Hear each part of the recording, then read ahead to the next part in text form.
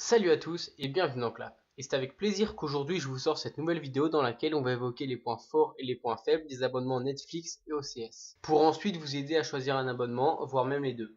Donc on commence tout de suite avec OCS. Alors OCS c'est un bouquet de chaînes de télévision consacrées aux films et aux séries, dans lequel on aura 4 chaînes, OCS Max, OCS City Génération HBO, OCS Shock et OCS Géant. En plus d'OCS Go, qui est une chaîne de replay intégrée dans l'abonnement, où on pourra voir ou revoir tous les programmes qui sont passés sur les chaînes OCS. Maintenant, on va évoquer les points forts et les points faibles d'OCS. Alors, les points forts d'OCS, c'est que ce sont des programmes en HD en diffusion quasi simultanée avec les US. On peut télécharger les films ou les épisodes que l'on veut pour les regarder ensuite en mode hors connexion. La VO et la VF sont disponibles et le prix de l'abonnement reste convenable. Mais le bémol d'OCS, c'est qu'il n'y a pas assez de contenu. Vous verrez qu'on sera très rapidement limité au niveau des films et des séries. Donc, pour résumer cet abonnement, l'abonnement est composé de 4 chaînes plus une de replay. Les programmes sont de très bonne qualité. Les épisodes des séries telles que The Walking Dead ou Game of Thrones sont disponibles très rapidement et au rythme d'un épisode par semaine, mais il n'y a pas assez de contenu. Passons maintenant à Netflix.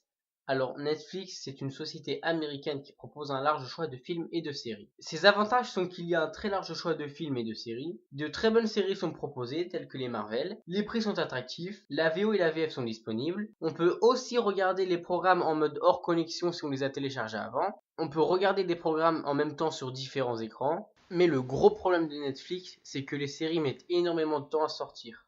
Donc pour résumer, Netflix il sera bien plus avantageux qu'OCS au niveau du contenu, mais il y aura plus d'attente pour voir une série ou un film. Je conseillerais surtout Netflix pour ceux qui cherchent à voir beaucoup de films, et OCS pour ceux qui cherchent à voir leur série préférée très rapidement, telles que Game of Thrones ou Walking Dead. Donc on arrive déjà à la fin de cette vidéo, n'hésite pas à t'abonner, à laisser un like, à me dire dans les commentaires si tu préfères OCS ou Netflix. Sur ce, je vous dis à la prochaine, c'était Clap, salut.